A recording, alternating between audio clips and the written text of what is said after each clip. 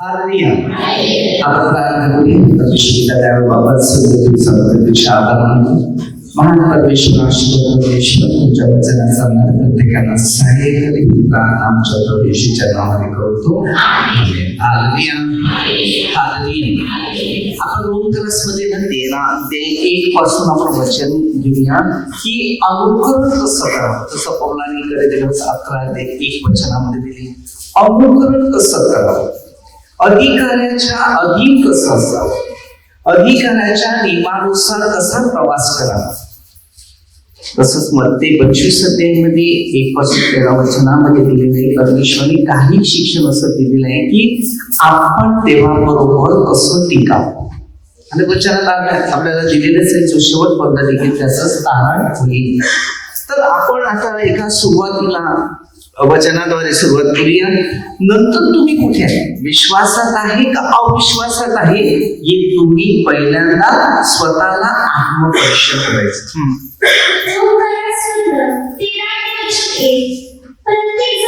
प्रत्येक जणाने वरिष्ठ अधिकाऱ्याच्या अधीन असावे, कारण तो देवापासून नाही असा अधिकार नाही.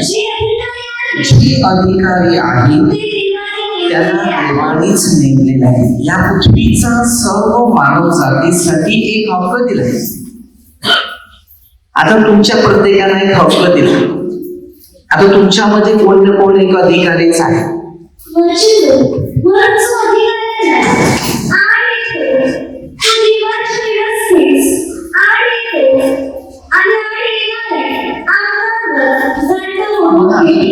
काय सांगते, आड येणारे आपणावर दंड, स्वतःवर आपल्याला आड येणारे म्हणजे आपण देवाच्या राज्यात आड यायचं. कारण मी रात्र दिवस देवाची सेवा मध्ये धावतो. माझं काम काय, देवाने जे शिकवले त्या शिक्षणाप्रमाणे पुढे जायचं. आता मी तुम्हाला शिकवतो की तुम्ही पुढे जा. मग तुम्ही पुढे गेल्यानंतर तुम्हाला त्याचं फळ मिळायला म्हणून पहिलं प्रथम आहे प्रार्थना.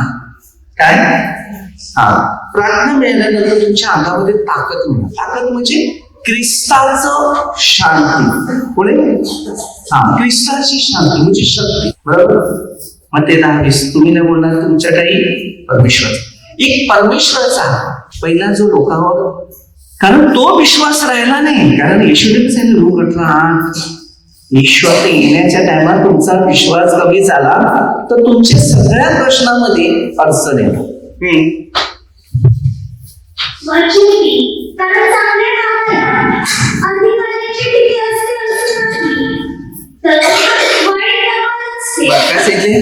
चांगल्या कामाला नाही, वाईट म्हणजे तुम्ही जे तुम्हाला मार्गदर्शक आहे किंवा शिक्षण आहे तुम्हाला घडवलेलं आहे, बरोबर.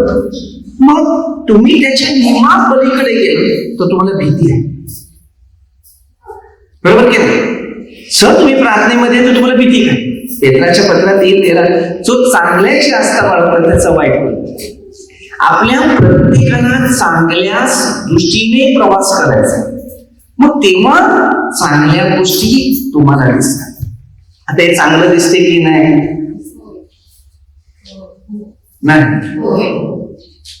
मग तसंच बघायचं. आम्ही पण चांगले दिसतात का, आरशामध्ये जायचं, बरोबर, आणि बघायचं तुम्ही बरे दिसतात का. नाही बरे दिसलं तर तोंडाला काहीतरी लावायचा प्रयत्न करतो की आल्या बोळा दिला पाहिजे, बरोबर. काय बोलत नाही.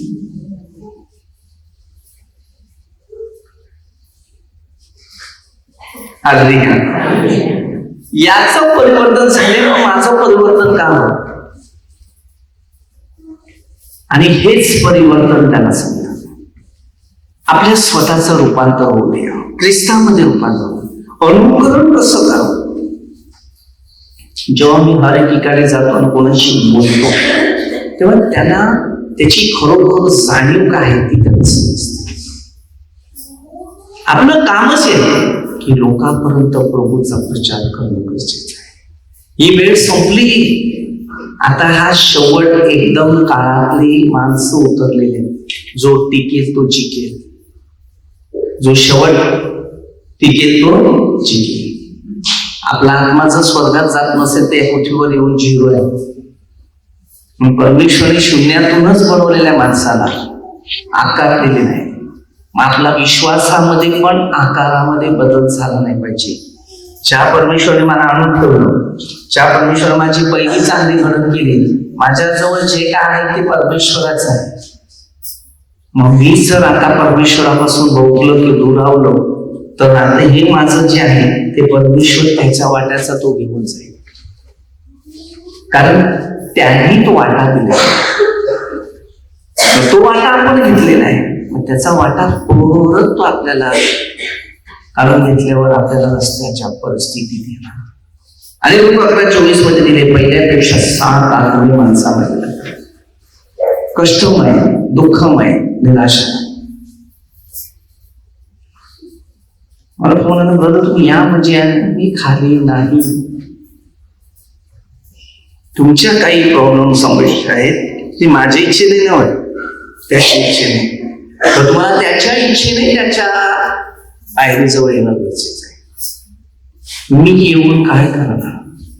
पहिला जायचं नाही. आता डिसिजनच चेंज केले. माणूस बरे होता, परत देवाचा हात सोडला.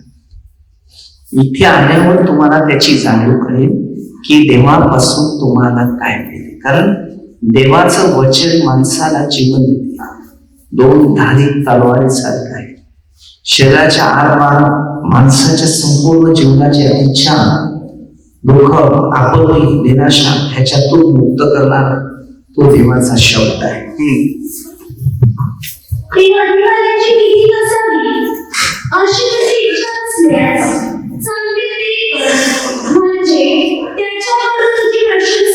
विचार कर, काय सांगितलं माहितीये? चांगला आहे तेच कर. काय बोलला?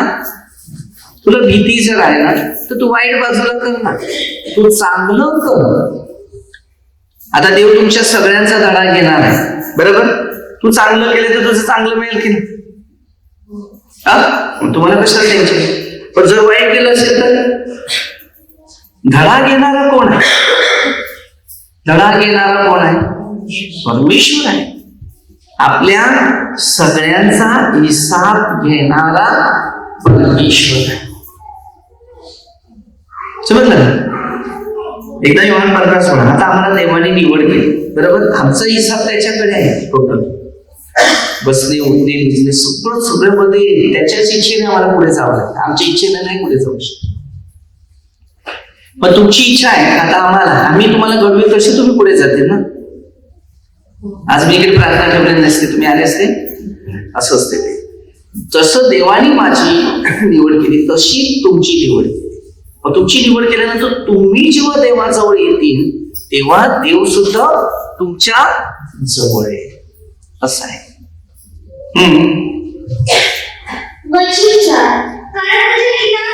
तुमच्या हितासाठी तो देवाचा सेवक आहे. परंतु जर तू वाईट करशील त्याची भीती बाळा, कारण तो तलवार धारण करणार नाही. त्यासाठी तलवार नुसती नाही येणार. परमेश्वर आपल्या मध्ये क्रोधाने नुसता येणार. जेव्हा आपण कर्म करतात त्याच्यानेच आपल्याला त्या कर्माची फळं भोगावी लागतात. कारण का? आपण केलेली चूक आहे त्याचाच परिणाम. आता कसं सिस्टम आहे माहितीये का? तुम्ही चांगलं करा, तुमची नीना, तुमचे शेत, तुमचा विष, तुमची देवा सगळं तुम्हाला केलं जाईल. कारण तुम्ही चांगलं करतो म्हणून. आणि वाईट करणाऱ्याला तो वरून बघतो, मग तो त्याची हालत इथून करतो. काय आपल्या जीवनामध्ये, लाईफ मध्ये आहे की आम्ही याच्यातून खूप सुखी आहे किंवा याच्यातून आम्ही समाधानी आहे? हे जे शास्त्र आहे ना, त्याच्यात प्रत्येक माणसाला जगण्यासाठी, मार्गासाठी आणि शिक्षणासाठी, नियमासाठी वचन बनवून ठेवलेली आहे. आणि हे सगळ्यांना आपल्याला त्याचा मार्ग कसा आहे त्याची जाणीव करून दे. कारण तुमच्यामध्ये लक्षात ठेवा, हे बघा मी नेहमी सांगतो, कारण आम्ही एवढ्या वर्षामध्ये अनुभव घेतले तेच तुम्हाला सांगतो. प्रार्थनेला आल्या म्हणून खायची कामं नाहीये. प्रार्थनेला आल्या ना देवाचा शब्द घेऊन देवाच्या वचनानुसार बघून देवाच्या मार्गानुसार घेऊन जायचंय, बोलायचं नाही तर तो आत्मा तुम्हाला नाही माहिती योहानाच्या पहिल्या पत्रापासून. कारण देवाकडे योहान 10:17 तुमचा आत्मा आहे ना तो घ्यायचा ना ठेवायचा तो देवाच्या तुमच्या आणि माझ्याकडे. म्हणून देवाजवळ आल्यानंतर एका श्वासाने पुढे जायचं आणि काय आपल्या चुका झाल्या असेल तर देव पित्याकडे तिकडे क्षमा म्हणजे देवा माझ्या मनात असे विचार का आले तर मला क्षमा करा, तुमचा पवित्र आत्मा मला दे, शक्ती दे, सामर्थ्य. तर पेत्राच्या पत्रात 3:13 कोणाचा नाश होऊ देवाची इच्छा नाही. पेत्राला पण माहिती होतं, पेत्राने तलवार काढलेली येशूला पकडायला लागला. विचार करा, राग सगळ्यांना आहे, नफरत सगळ्यांना आहे, विष सगळ्यांना आहे, हेवा सगळ्यांना सगळे गुण माणसामध्ये आहेत. पण त्या गुणातून चेंज व्हायचं असेल तर पहिल्यांदा देवाच्या आज्ञाने नियम पाळावे. आल्यात तुम्ही येशूकडे काहीतरी मिळवून घेऊन जा की मला काहीतरी बक्षीस मिळणार नसेल, ते बक्षीस पत्र आपल्या हातातलं गेलं. पहिल्या पत्रात 9:24 वचन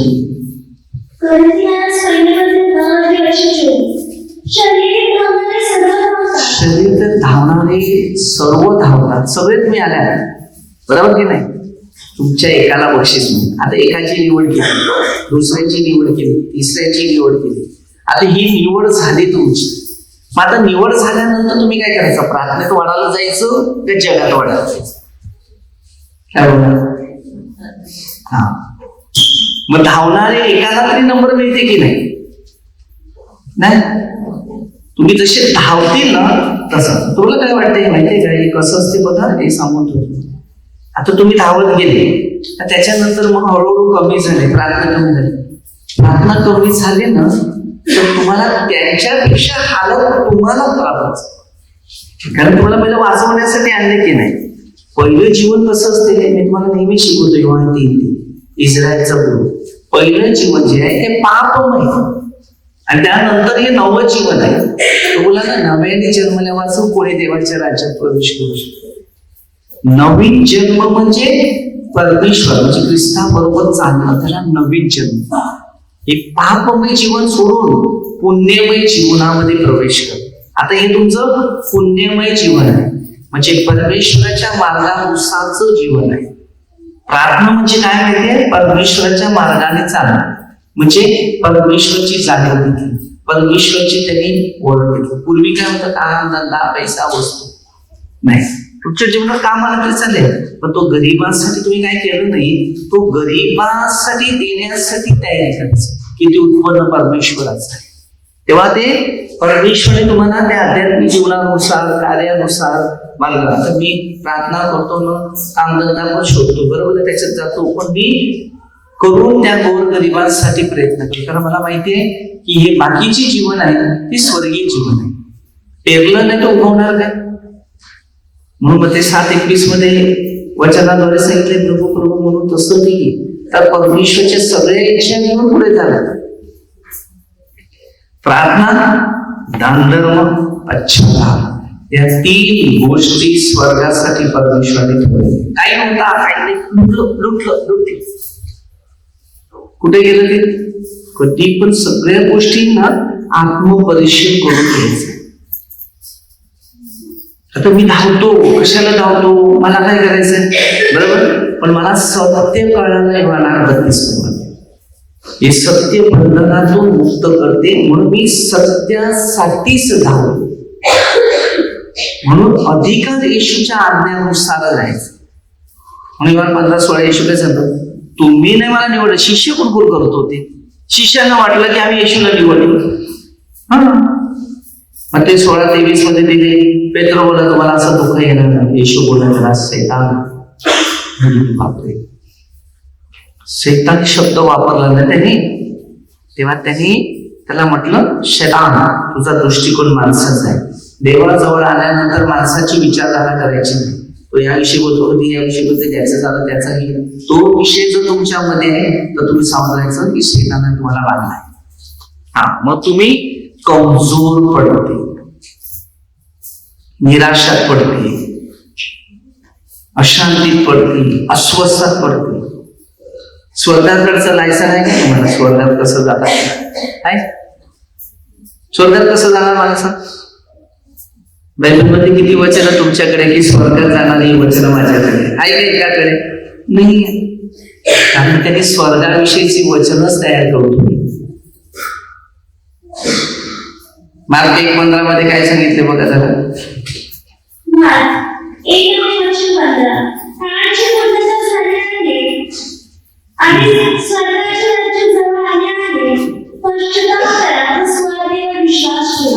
जो मनुष्य जिंदगीमध्ये एका काळामध्ये, काळ म्हणजे कोणता की देवाने आम्हाला आमंत्रण केलं.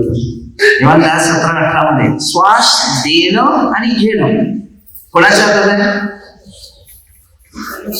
परमेश्वराच्या.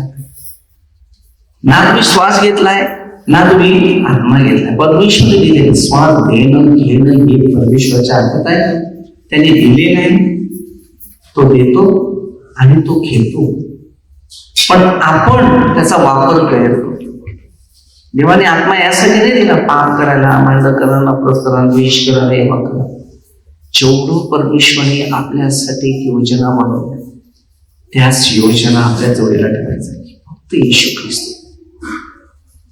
माझ्या पापासाठी त्यांनी एवढं दुःख भोगितलं, एवढे मार खाले की खेळे सुद्धा हाताला टोपून घेतले.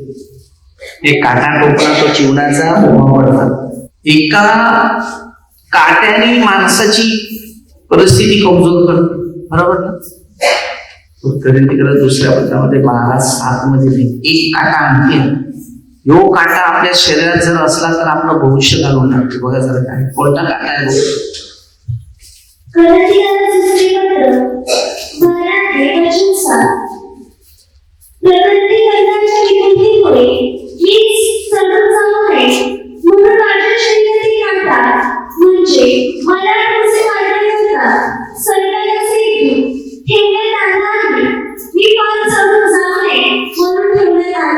समजलं? सैतानाचा एक दूत. तुमचं बरोबर चाललं का तो येईल काय ना काय करायला. मग तेव्हा शांत राहा, काहीच बोलू नका. देवा तुमची इच्छा आहे ते सोड, तुम्हाला काय वाटते ते होईल. एकाच प्रश्नाने तुम्हाला प्रश्नाची उत्तर देऊ शकतो. एक प्रार्थना तुमचं भविष्य मजबूत करू शकते.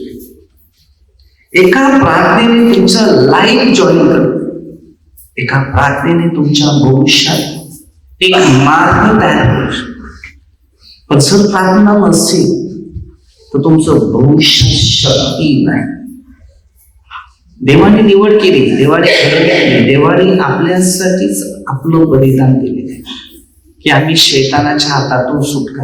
आपण तसं नाही, सुटकारा आहे तरी पण आम्ही त्याच्यात जायला बघतो. शांती कुठे आहे? शांती कुठे? किती लोक संदेश द्या, किती लोक देवाचे सेवक आहेत की रात्र दिवस प्रचार करतात. या शेवटच्या काळामध्ये जो शेवटपर्यंत टिकेल, तुमचा विश्वास जर आता कमजोर झाला ना तो विषय सोडून द्या. टाइमर खतम. टाइम नाही मिळत आपल्याला, आपला टाइम कट चाललेला असतो. आपलं जीवन परमेश्वराच्या विश्वासामध्ये तुम्हाला देवाने आणलेलं आहे. आता विश्वास कसं करतो? पहिला विश्वास कसा जायचा? कमी झाल्यानंतर एक विचार करायचा की मी पहिल्या विश्वासाने आलो तर माझी प्रगती अशीच आहे. तुम्हाला माहिती आहे ना, मध्ये 9-8 वचनापर्यंत एक पक्षगती मनुष्य आणला, विश्वास मार्ग 2 अध्याय. एक पक्षगती मनुष्य आणला, त्याचा विश्वास पाहिला, चप्पल काढून खाली आला. येशू सांगते तिच्या पापांची क्षमा मला ओट आणि आपली वाच गुण करायचं. पहिला जो विश्वास होता तो आज नाहीये. तुम्ही स्वतः घरी जाणं स्टडी करा. जर तुमचा विश्वास कमी असेल तर तुमचे कोणतेच प्रश्न सोडणार नाही. सगळे प्रश्न सोडण्यासाठी विश्वास. आता जर विश्वास आहे, पहिला सांगितलं प्रार्थना करा, हे धंदा ठीक आहे, परत एकदा परत सांगितलं प्रार्थना म्हणजे विश्वास नाही. बरोबर, आवाजच नाही तर विश्वास काय नाही. माणूस जो पहिला विश्वासाने होता तो आज नाही. दुष्ट एकदम खतरनाक आत्मा असतात. एकदा जर तुमच्या शरीरात घुसलं तर धन संपत्ती सोडून दे, तुमच्या स्वतःचं भविष्य सांभाळणं कठीण. लोक 11:24 मध्ये बोलले की माणसामध्ये 7 आत्मे आणि आल्यावर पहिल्यापेक्षा, मग लोक 11:24 मध्ये काय दिले, पहिलं डिसिजन घे.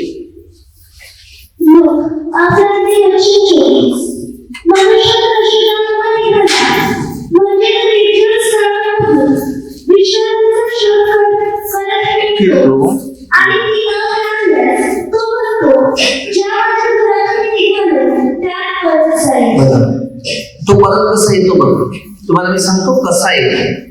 पहिले तुम्ही प्रार्थना करा, सगळे आजार, सगळे समस्या, सगळे दुःख ती तुमची दूर झाली, बरोबर. त्याच्यानंतर तुमची आर्थिक परिस्थिती सुधारली, घरात सगळं व्यवस्थित घरदार चाललं, घराच्या सगळ्या काहीतरी वस्तू काढल्या, घरात राहण्याची सुविधा एकदम मस्त वाटलं स्वतःला, एकदम काहीतरी आपण सेफ मध्ये परमेश्वराने मस्त दिलं. त्याच्यानंतर हळूहळू परत शैतान जसा आधार मिळवाला फसवणारा तो येतो कोणाच्या माणसाच्या रूपाने, हळूहळू प्रवास करतो तो.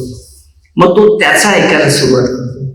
मी जेवढं भरले ना तेवढं हळूहळू खाली व्हायला सुरुवात होते. पहिली थोडी आर्थिक परिस्थिती कमी व्हायला लागते, मग घरात थोडं कर्ज व्हायला सुरुवात होते, मग थोडा आजार वाढत जाते, मग तो आजार वाढत चालला, तो कमी नाही, गोळ्यावर गोळ्या, औषधावर औषध, डॉक्टर. मग तो सल्लागार आहे, तो डॉक्टर तो त्यापेक्षा भारी आहे, तो तिकडेच. इकडे जर जागा नसेल तर त्या गोळ्याने, त्या औषधाने तुमचं लाईफ बनलेलं नाही. त्याची लाईफ याच्यात असल्यानंतर गोळ्या औषध दूर होतात. पोट भरलेला आहे, नफरत, निंदा, द्वेष, सेवा, कुठलाही विचार करत त्याला काहीच फरक नाही. याला लागते नम्रता, प्रेमाने सगळ्याशी बोलणं, वागणं, चालणं, देवाने दिलेली कामाची जबाबदारी, सेवा करणं, देवाच्या इच्छेनं प्रवास करणं. हे जेवढं आम्ही करत राहतो ना तेवढा आम्हाला आशीर्वादाचा वर्ष आहे. मग कुठल्या कामात कमी नाही होणार. अनुवादमध्ये 28-1-14 वचनामध्ये ज्या कामात तुम्ही हात घालणार तो आशीर्वाद.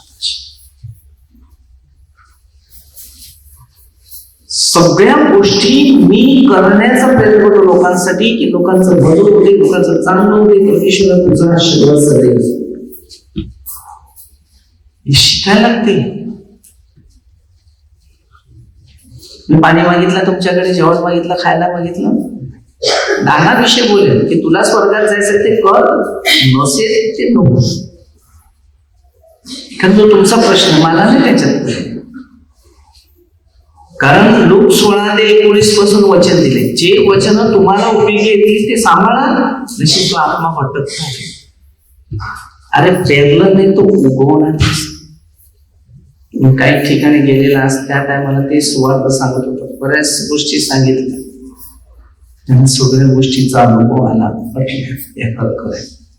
कारण देवाला आम्ही कधी पाहिलंच नाही तर देवाला कसं बोलवं, आणि देवाचं कधी वचन घेतलंच नाही तर वचन कसं. हे साधन नाही, म्हणून ते बिझनेस केलाय, जगणं ते ना, मग तेच येशू शिवाय दुसरं काय नाही. कारण मला स्वर्गात जर जायचं आहे तर मला मेहनत करावं लागेल. पेरलं नाही तर उगवणार काय, बरोबर की नाही. जर मी प्रभूसाठी झिजलो नाही, धावलो नाही तर स्वर्गात कसं जाणार. नुसतं प्रवचन देऊन होईल का, काय वाटते. तुम्ही नुसती प्रार्थना घेऊन स्वर्गात जाईल, पश्चाताप नाही केला, धर्म नाही केला, गरिबांच्या अश्रू आपण खाल्ले, देवाचा धावासा चोरलाय, तर मग आपले पण पैसे कोणतरी चोरले. परिस्थितीच आहे. टॅली करणं म्हणजे आपल्या हातात नाही, टॅली त्याच्या हातात आहे. डॉक्टरकडे पैसा संपतो. कारण आम्ही आमचे विचार आम्हाला समजून देत नाही. त्यावेळेला तो दुष्ट आहे ना, तो आम्हाला बाहेर काढ.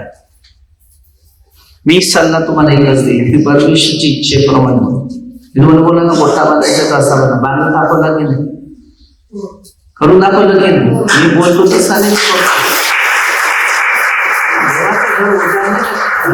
काय दिले 2009 पहिल्यापेक्षा जास्त. जसं माझ्या मनात योजना येते तसं मी आग्रह, मी सोडत नाही, सोडणार नाही. मला माहिती तो कुठून तरी पडेल. मला त्याची पैशाचा लोभ नाही ना, लालच नाही. आप कमायला बाप कमायला, पण जेवढं माझ्याने होईल तेवढं मी करत राहतो. कारण कामं किती असतात, केवढी असतात. केंद्र बोलणं म्हणून तसं झालं तर नाही. केंद्राच्या हर परिस्थितीला सामोरे जाणार तो आहे.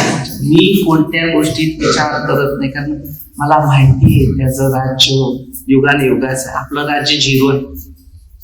म्हणून अधिकाराच्या आड येणारे ते दंड भोगतील. आपण आड नाही यायचं तर आपल्याला पुढे जायचं. मी सगळे गोष्टी मनचिंतन करून, आत्मपरीक्षण करून आहे. करताना चांगलंच करा, खूप फायदे आहेत. आणि जर आपण चांगलं केलं नसेल तर आपण कुठेतरी एका कमजोर पडलेल्या परिस्थितीमध्ये बांधले. शिकावं लागते आणि शिक्षण घेतल्यावर त्याचा अनुभव पण घ्यावा लागतो. जर तुम्ही अनुभव नाही घेतला तर तुमच्यामध्ये प्रगती होईल. देवाने आमंत्रण केलं म्हणून तुम्ही आले का नाही का, मी घेता पत्रिका छापायला, यायचं येवायचं.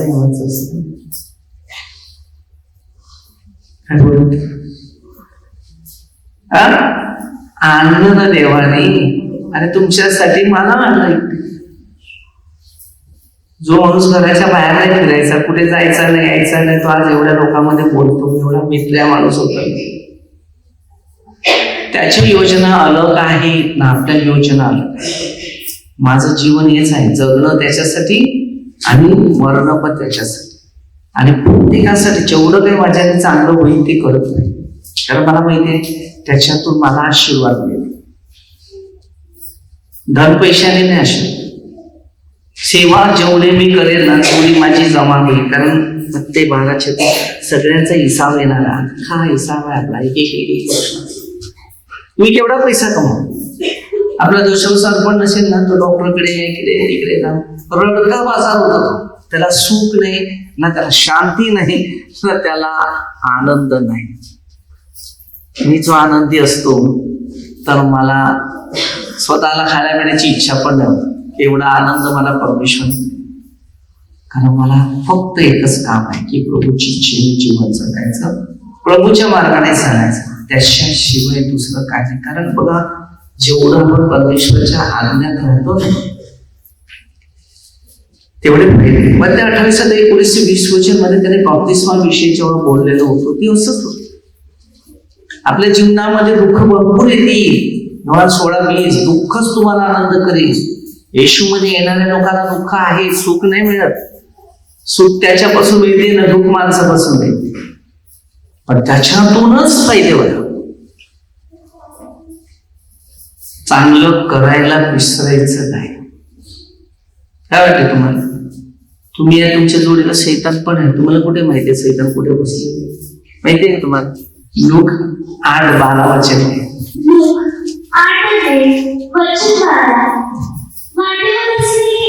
वाटेवर असलेली आहे ती ते ऐकतात, त्याने विश्वास ठेवू दे, त्याचं चांगलं होऊ दे. सैतान येऊन आता अंतःकरणाचे वचन कशी काढून गेला. तू तुझ्याशी बोलायला ते तिच्याशी बोलायला लागलं, लगेच गेलं त्या अंतःकरणात. आपण पश्चाताप करायचंच आहे. लोक करतील लाभ देणं, नीतिमान कोणी नाही, एक पण. सगळे पापी आहेत, कोणाला हसायची गरज नाही. मध्ये 7:1. आणि कधी पण माणूस देवाच्या पलीकडे जात नाही. संकट सगळ्यांमागे आहे, दुःख पण आहे, टेन्शन पण आहे. समस्या आहेत, आपत्ती आहे, अस्वस्थपणा आहे, जीवनात पाप आहे, नाशवंत जीवनाचं ते जीवन आहे. परंतु तुम्हाला कुठेतरी परमेश्वराचा आदर्श करणं गरजेचं आहे, किंवा तुम्हाला कोणी शिकवतो त्याचा आदर्श करणं गरजेचं आहे. कारण हेच तुमच्या प्रत्येकाच्या जीवनामध्ये चांगल्या गोष्टीचा मार्ग आहे. बाकी काय नाही. 14 प्रभू येशू ते सांगतो, मार्ग सत्य जीवन येशूच्या द्वारे, बाकी कोणत्या व्यक्तीच्या द्वारे नाही. आणि ते म्हणजे प्रार्थनेच्या द्वारे. आणि जेव्हा मी प्रार्थना करतो तिथे आमच्या जीवनात मोठे चमत्कार करायला सुरुवात करतो. आपण छोटीच एक प्रार्थना करू. स्वर्गीय पिता परमेश्वर, समजलेलं सावधपेक्षा परमेश्वर आशीर्वाद परमेश्वर जगातल्या काही निराशा समस्या संकट त्यांच्यामध्ये मानसिक अस्वस्थपणा आशा लोकांचा